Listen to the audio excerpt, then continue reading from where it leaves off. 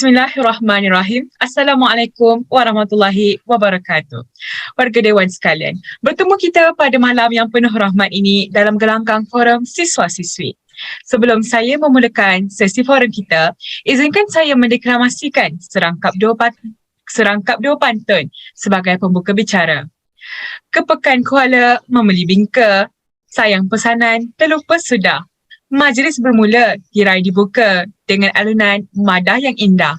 Pada hari ini, topik yang bakal dikupas adalah analisis ciri-ciri wacana yang terdapat dalam berita yang dibincangkan, iaitu berita tumpuan dan kemaskini COVID-19.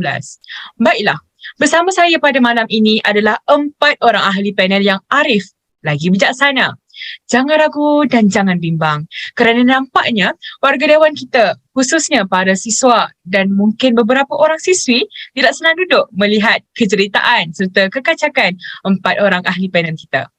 Terlebih dahulu, saya akan perkenalkan ahli-ahli panel kita yang bakal bersuara, iaitu di sebelah saya, di sebelah kanan saya, ahli panel pertama, Saudari Adina Afzal. Seterusnya, ahli panel kedua, Saudara Muhammad Faris, dan di sebelahnya, kita ada Saudari Insyirah Muhammad Fazli. Kemudian, ahli panel terakhir yang nampak pemalu tetapi sebenarnya petah berkata-kata, Saudari Edina Izzati. Selamat datang saya ucapkan kepada semua. Sebelum saya menyimpang lebih jauh, ada baiknya jika saya teruskan dengan soalan yang pertama ditujukan kepada panel pertama. Mengapakah jenis variasi bahasa tersebut digunakan? Sila teruskan panel pertama. Terima kasih saudari moderator yang dikasihi. Sebelum saya menjawab persoalan saudari, saya ingin menyentuh sedikit tentang definisi variasi bahasa supaya lebih jelas dan mudah difahami. Variasi bahasa atau kelainan bahasa adalah bentuk bahasa yang berbeza tetapi masih lagi dalam radar yang sama. Dalam arti kata maksud yang lain, variasi bahasa ini juga boleh ditafsirkan sebagai kepelbagaian bahasa yang ditentukan oleh faktor-faktor teknikal bahasa, iaitu sebutan, kosakata dan tata bahasa. Variasi bahasa ini terbentuk atas sebab masyarakat yang mempunyai perbezaan dari daerah, dari segi status sosial dan latar belakang budaya. Oleh yang demikian, bahasa yang digunakan dalam kehidupan sejagat adalah bervariasi. Antara ciri-ciri variasi bahasa adalah dialek yang terbahagi pada dua, iaitu dialek daerah dan dialek sosial. Dalam konteks ini, dialek sosial terdiri daripada beberapa komponen seperti bahasa baku, bahasa formal, bahasa tidak formal, bahasa halus, bahasa kasar, bahasa kiasan, bahasa istana, bahasa selangor, bahasa basahan dan bahasa pasar. Jadi, untuk menjawab soalan saudari Alia sebentar tadi, mengapakah jenis variasi bahasa tersebut digunakan? Semasa menganalisis wacana ini, saya dapat mengenal pasti dan menyenaraikan beberapa variasi bahasa yang telah digunakan. Antaranya bahasa formal, iaitu bahasa Melayu yang digunakan pakai dalam situasi formal atau rasmi, di mana penggunaan bahasa ini mewujudkan sekatan sosial antara penutur. Sebagai contoh yang boleh dilihat dalam video ini, masih terdapat jurang hubungan yang belum rapat antara pihak pembaca dan juga pihak pendengar. Bahasa formal ini menggunakan aspek-aspek pertuturan yang telah ditetapkan dari aspek sebutan, struktur ayat maupun pilihan perkataan. Pada permulaan video, pembaca berita telah menggunakan bahasa formal sebagai pembuka bicara. Selain itu, bahasa kedua pula adalah bahasa basahan. Bahasa basahan dikenali sebagai kolokial yang juga digelar sebagai bahasa cakap mulut oleh Zawak. Melalui video tersebut, boleh dilihat pembaca berita menggunakan pertuturan harian yang tidak mementingkan tata bahasa kerana yang dipentingkan adalah kefahaman antara penutur dan pendengar. Bentuk penggunaan basahan ini juga sering dipengaruhi oleh dialek dan selangor daerah. Sebagai contoh, pada minit kedua saat keempat, pembaca berita telah mengatakan, tengok-tengok dalam kereta tu ada orang nak bersalin. Penggunaan bahasa ini diguna pakai dengan strategi untuk kelihatan lebih mesra serta dekat dengan pendengar. Terima kasih Saudari Adina atas perkongsian input yang sangat bermanfaat. Seterusnya, saya ingin ajukan soalan berkenaan dengan kesesuaian variasi bahasa. Saudari Aldina, adakah variasi bahasa tersebut menyampaikan mesej yang bersesuaian seiring dengan wacana yang dipilih? Jika tidak keberatan, bolehkah Saudari Aldina berkongsi pandangan saudari terhadap soalan tersebut kepada semua yang berada dalam warga tuan ini? Sudah tentu Saudari Alia, pada pandangan saya variasi-variasi bahasa yang digunakan banyak memainkan peranan dalam penyampaian konteks yang padat dan tepat. Melalui penggunaan variasi bahasa tersebut, penyampaian berita akan menjadi lebih menarik dan mudah untuk difahami. Ketika pertama kali membuat transkrip untuk video ini, boleh dikatakan prosesnya agak mudah dan pantas kerana variasi bahasa yang mudah diiringi dengan pertuturan yang lancar diguna pakai oleh pembaca-pembaca berita tersebut. Jika kami sebagai pelajar yang membuat transkrip ini berterasa senang hati, apatah lagi penonton awam di luar sana. Sekian sahaja sebentar tadi penerangan yang jelas lagi teliti oleh panel pertama kita. Terima kasih diucapkan kepada Saudari Aldina atas penerangan yang diberikan untuk aspek pertama kajian iaitu variasi bahasa. Selesai sudah perbincangan bagi aspek kajian kita yang pertama. Beralih kepada aspek kajian yang kedua pula iaitu aspek wacana. Soalan seterusnya akan ditujukan kepada panel kedua iaitu Saudara Muhammad Faris. Pertama sekali, apakah yang dimaksudkan dengan koheren? Terima kasih Saudari Alia. Baiklah, koheren atau dalam erti kata mudah, hubung kait adalah sebuah aliran idea atau ayat yang berterusan sehingga memiliki kesatuan makna yang utuh. Koheren ini juga mewakili satu ayat yang lengkap.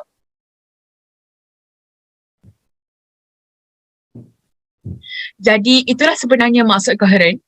Informasi yang sangat berguna untuk kita ambil sebagai satu ilmu baharu ya. Menerusi wacana tersebut, bolehkah Saudara Faris terangkan dengan lebih lanjut tentang apa yang telah dianalisis?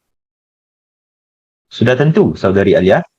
Dapatan pertama bagi koheren boleh ditemukan pada minit keempat saat ke-15 di dalam video di mana pembaca berita telah menghubungkan dua idea iaitu tentang seorang doktor di sebuah klinik swasta di Kota Baru serta 3 individu lain dilaporkan ditahan polis bagi membantu siasatan berhubung isu kad imunisasi COVID-19 palsu bersama penjelasan ke atas siasatan tambahan terhadap isu tersebut yang sedang dijalankan di bawah Seksyen 420 Kanun Keseksaan dengan menggunakan kata hubung namun untuk menampakkan idea yang cuba disampaikan tersebut jelas kepada pendengar.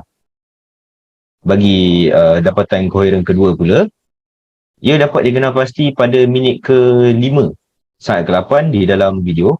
Dalam minit ini, idea utamanya adalah berkaitan pembongkaran kes pemberian sijil vaksinasi palsu.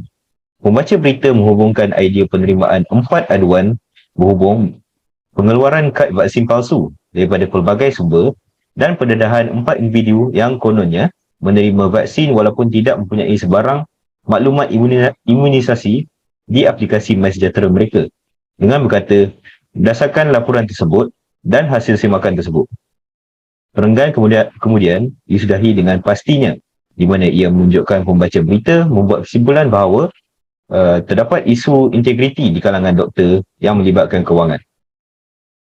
Seterusnya bagi dapatan koheren ketiga, boleh dikenal pasti melalui video tersebut pada minit 8 saat ke-28 di mana pembaca berita menggunakan sebab kalau kita lihat untuk beralih kepada idea seterusnya iaitu desakan MMA untuk mengenakan hukuman paling berat terhadap salah laku.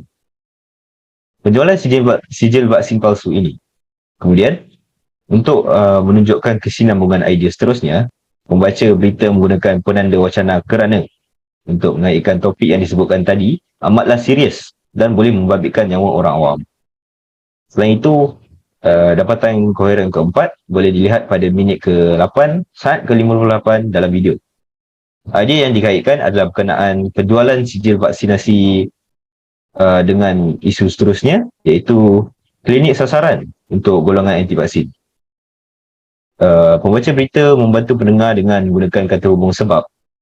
Selain itu, ia digunakan untuk mengelakkan sebarang kemungkinan kekeliruan pada pendengar.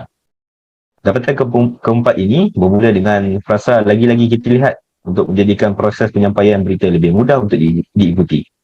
Selain itu, konsep bahawa tindakan pengamal membahayakan reputasi dan nama baik profesion perubatan dikaitkan melalui penggunaan penanda wacana tetapi. Dan akhir sekali, bagi dapatan koheren kelima, boleh dikenal pasti pada minit ke-9 saat ke-48 dalam video. Dapatan koheren ini mempunyai kesinambungan idea untuk membuat kesimpulan tentang keempat-empat dapatan yang disebutkan sebentar tadi. Hal ini demikian kerana kerana dapatan kelima ini membincangkan konsep berjaga-jaga kerana dalam bersama dengan keterangannya. Maka idea berjaga-jaga tersebut sesuai untuk dijadikan kesimpulan kerana ia adalah langkah terakhir untuk mengelakkan daripada kesalahan tersebut berulang. Idea berjaga-jaga ini merupakan kesinambungan idea yang terakhir sekaligus mengakhiri semua dapatan. Tidak lupa juga pembaca berita juga menggunakan penanda wacana serta kata hubung lepas itu dan sebab bagi memudahkan pendengar memahami konteks yang disampaikan. Terima kasih Saudara Faris atas penjelasan yang sangat terperinci. Seterusnya, saya akan tujukan soalan kepada panel ketiga iaitu Saudari Insyirah. Jika sebentar tadi kita sudah diberitahu sedikit sebanyak tentang koheren, jadi persoalan saya, apakah yang dimaksudkan dengan kohesi pula? Adakah kohesi tersebut berbeza dengan koheren? Boleh Saudari Insyirah terangkan kepada semua warga Dewan? Terima kasih Saudari Alia atas soalan yang diajukan. Bagi menjawab persoalan tersebut, tepat sekali. Kohesi sebenarnya amat berbeza jika ingin dibandingkan dengan koheren. Hal ini demikian kerana, seperti yang telah disebutkan oleh Saudara Faris sebentar tadi, koheren membawa maksud ayat yang berterusan sehingga memiliki kesatuan makna yang utuh. Tetapi, bagi kohesi pula, ia bermaksud unsur-unsur wacana yang memiliki keterkaitan secara kukuh. Antara contoh yang dapat disenaraikan adalah seperti sinonim, antonim, hiponim serta homonim. Perbezaan bagi kedua-dua aspek ini terletak pada perwakilan ayatnya. Koheren mewakili seluruh ayat, manakala kohesi hanya memiliki perkataan-perkataan yang terkandung dalam suatu ayat. Terima kasih diucapkan kepada Saudari Insyirah atas penjelasan beliau sebentar tadi. Sama seperti Saudara Faris, bolehkah Saudari Insyirah terangkan dengan lebih terperinci tentang kohesi yang telah dianalisis berdasarkan wacana yang dipilih? Tiada masalah Saudari Alia. Menerusi wacana yang dipilih, terdapat 5 dapatan kohesi yang dapat dikongsi bersama pada malam ini. Bagi dapatan pertama, terdapat unsur sinonim yang dapat dikesan daripada kohesi yang telah ditanda. Pembaca berita menceritakan perbuatan mengeluarkan anak menerusi perkataan bersalin dan melahirkan. Morfologi bersalin dan melahirkan dalam konteks ini adalah 2 perkataan yang mempunyai maksud yang sama. Selain itu, dalam perenggan yang sama, pembaca berita juga ada menyentuh tentang perihal polisemi iaitu perkataan yang mempunyai banyak makna tetapi berbeza apabila digunakan dalam konteks atau ayat yang berlainan.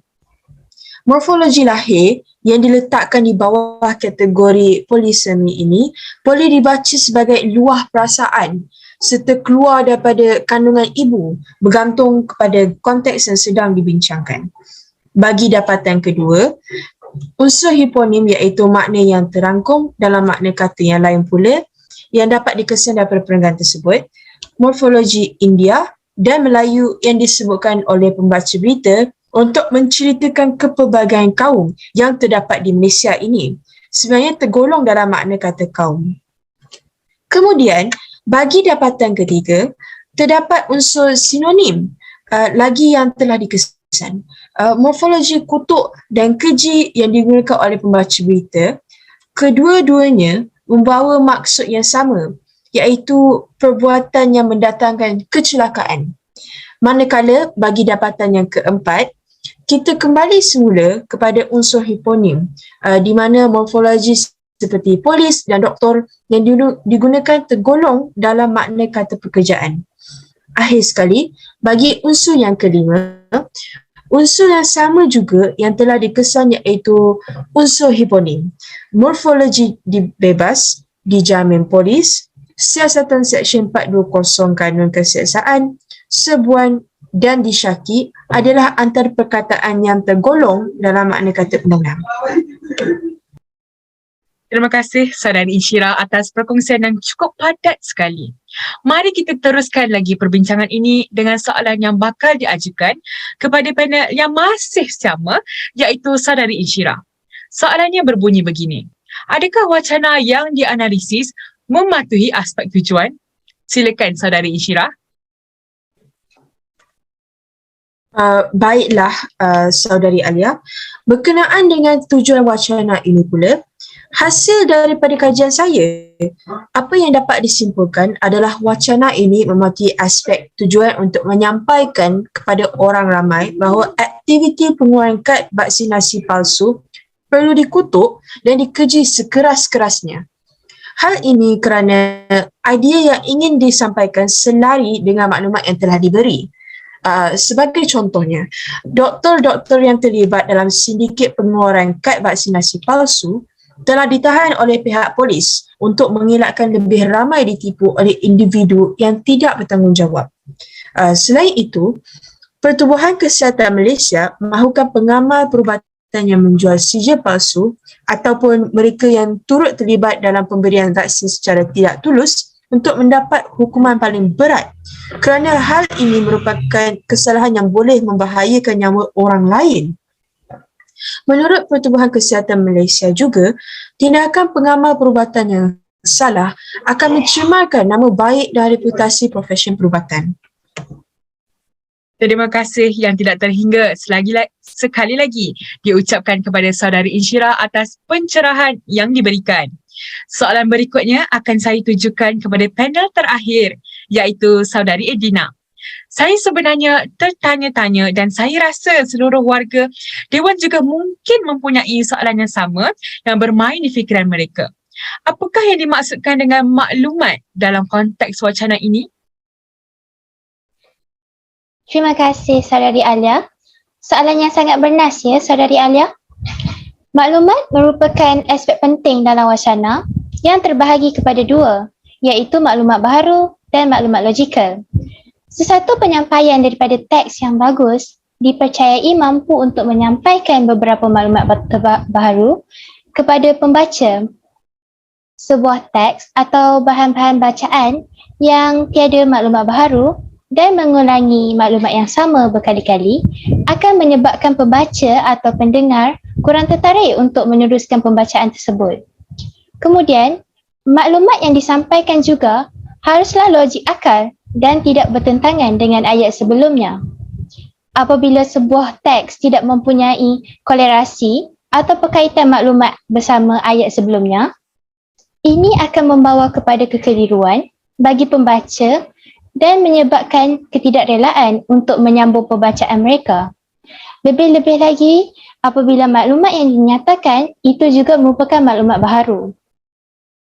Teks yang berkualiti haruslah berada di antara titian di mana ianya tidak terlalu umum hingga pembaca dapat mengagak semua perkara yang disampaikan dalam teks atau terlalu kompleks hingga pembaca tidak dapat memahami intipati teks.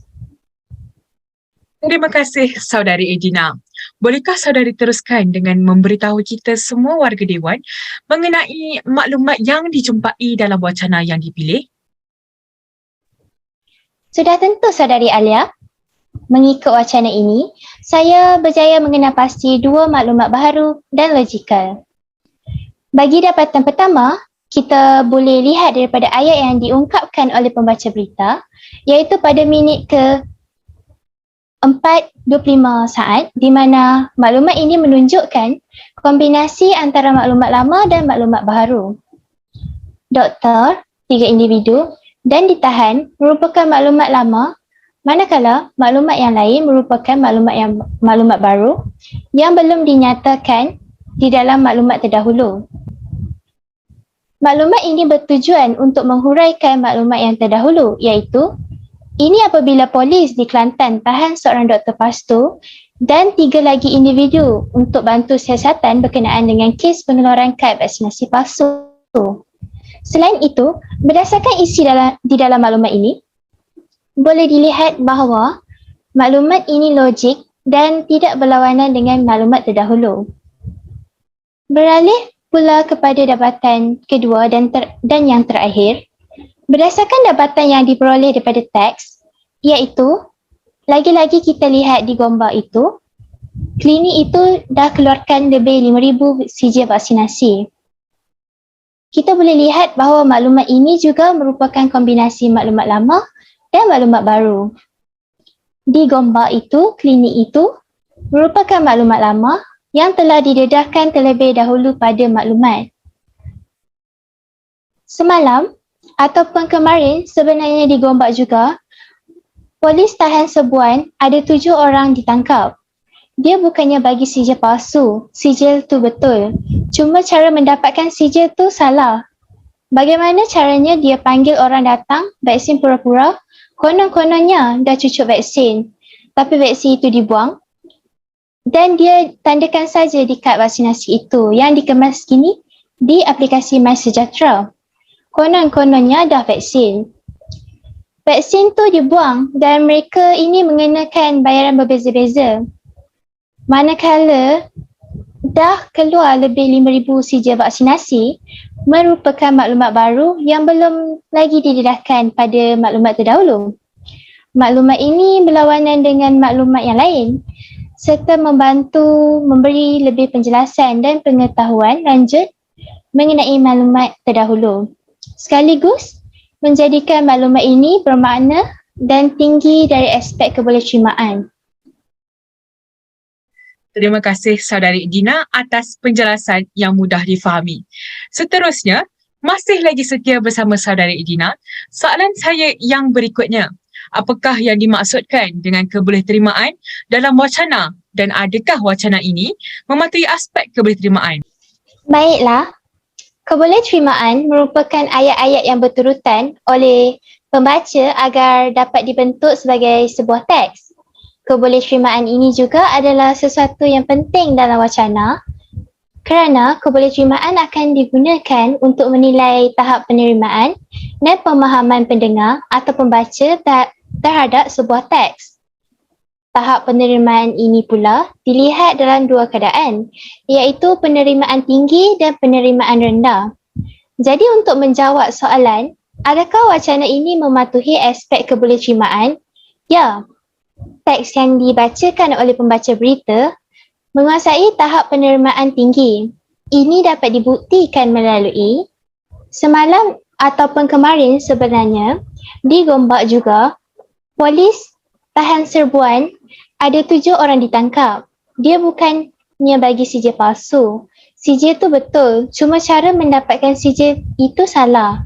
Bagaimana caranya dia panggil orang datang vaksin pura-pura, konon-kononnya dah cucuk vaksin.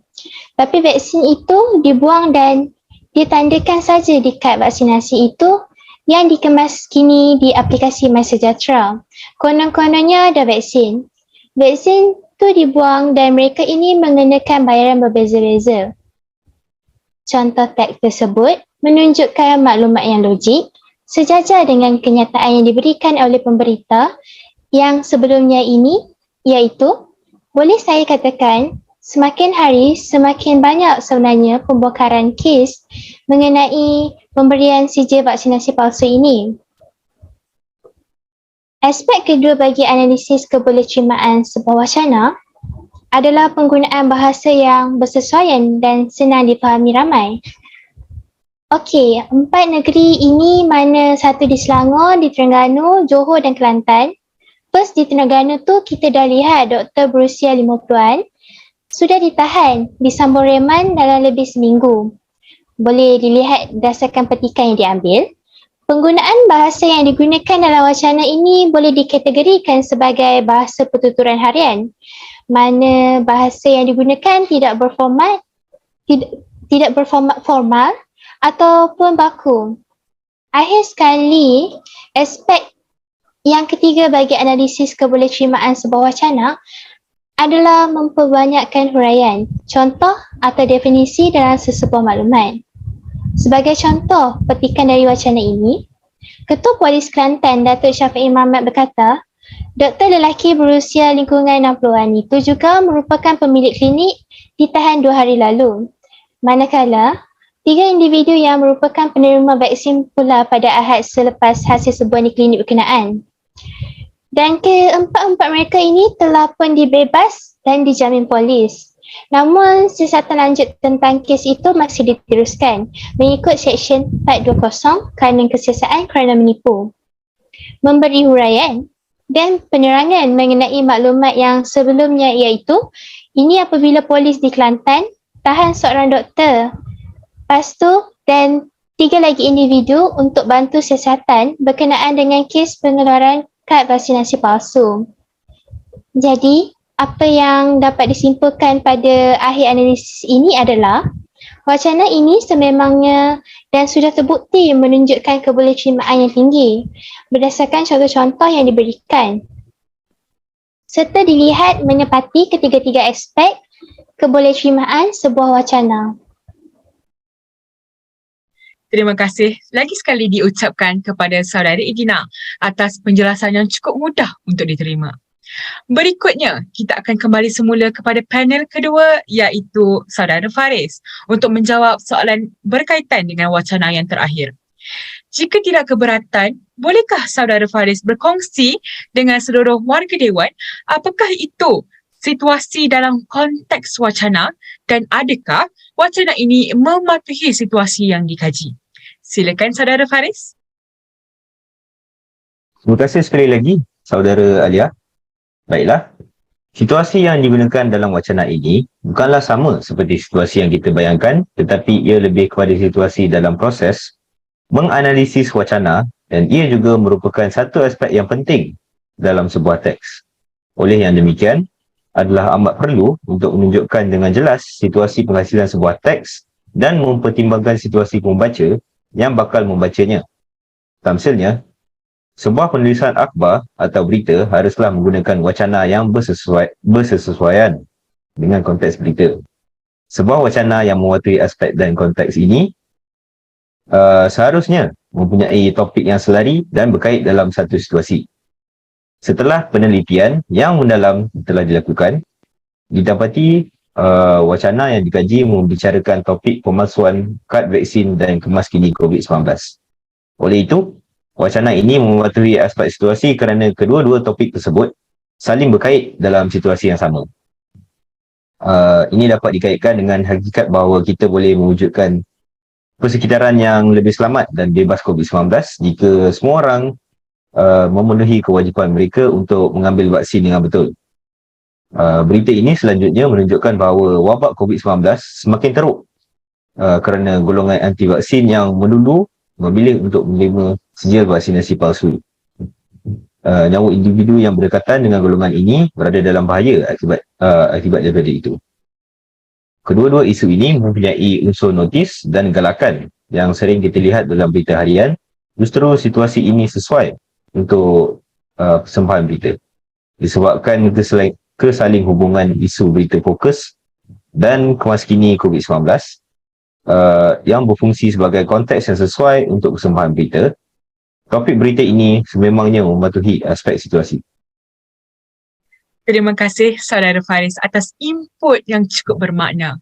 Nampaknya kita sudah sampai ke penghujung perbincangan kita pada malam ini. Sebelum saya mengakhiri sesi ini, adalah baiknya jika satu kesimpulan secara keseluruhan tentang apa yang telah dibincangkan sebentar tadi dapat dibuat. Jadi, bolehkah saya minta saudari Adina untuk tampil membuat kesimpulan atas wacana yang telah berjaya dianalisis ini? Sudah tentu Saudari Alia, ringkasan daripada apa yang telah dibincangkan, seluruh ahli panel sebulat suara bersepakat mendapati bahawa video wawancara ini menggunakan beberapa jenis variasi bahasa iaitu bahasa formal, bahasa slangar, bahasa basahan dan bahasa halus. Melalui aspek wawancara, terdapat beberapa aspek utama seperti koheren dan kohesi yang digunakan dengan sebaik-baiknya oleh pewawancara menerusi video tersebut. Wawancara ini boleh dilihat sebagai salah satu contoh sebenar komunikasi melalui bahasa. Tujuan wawancara juga telah disampaikan dengan teliti serta selari dengan maklumat yang telah diberi. Kebolehterimaan wawancara juga mudah diikuti oleh pendengar serta mempunyai tujuan yang sama. Akhir sekali, wawancara ini merujuk kepada idea dan cara bertutur yang dapat mempengaruhi penonton serta boleh dipengaruhi. Baiklah, terima kasih Saudari Alina atas perkongsian kesimpulan yang ringkas tetapi padat. Seperti yang telah dinyatakan oleh barisan panel sebentar tadi, kita boleh mendapati bahawa sebuah wacana haruslah dianalisis daripada setiap sudut aspek bagi memastikan penghasilan sebuah wacana yang baik dapat dicapai. Maka dengan itu, berakhirlah sudah sesi perbincangan kita pada malam ini. Sekalung penghargaan dan ribuan terima kasih yang tidak terhingga diucapkan kepada semua barisan panel yang sudi hadir dan meluangkan masa bersama warga Dewan untuk berkongsi ilmu serta pendapat masing-masing. Diharapkan agar segala perkongsian daripada barisan panel dapat memberikan manfaat kepada kita semua dalam penghasilan sebuah wacana yang berkualiti di masa hadapan.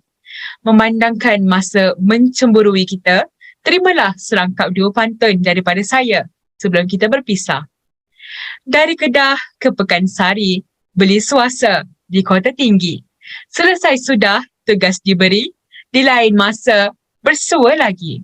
Wabillahi taufik wa hidayah.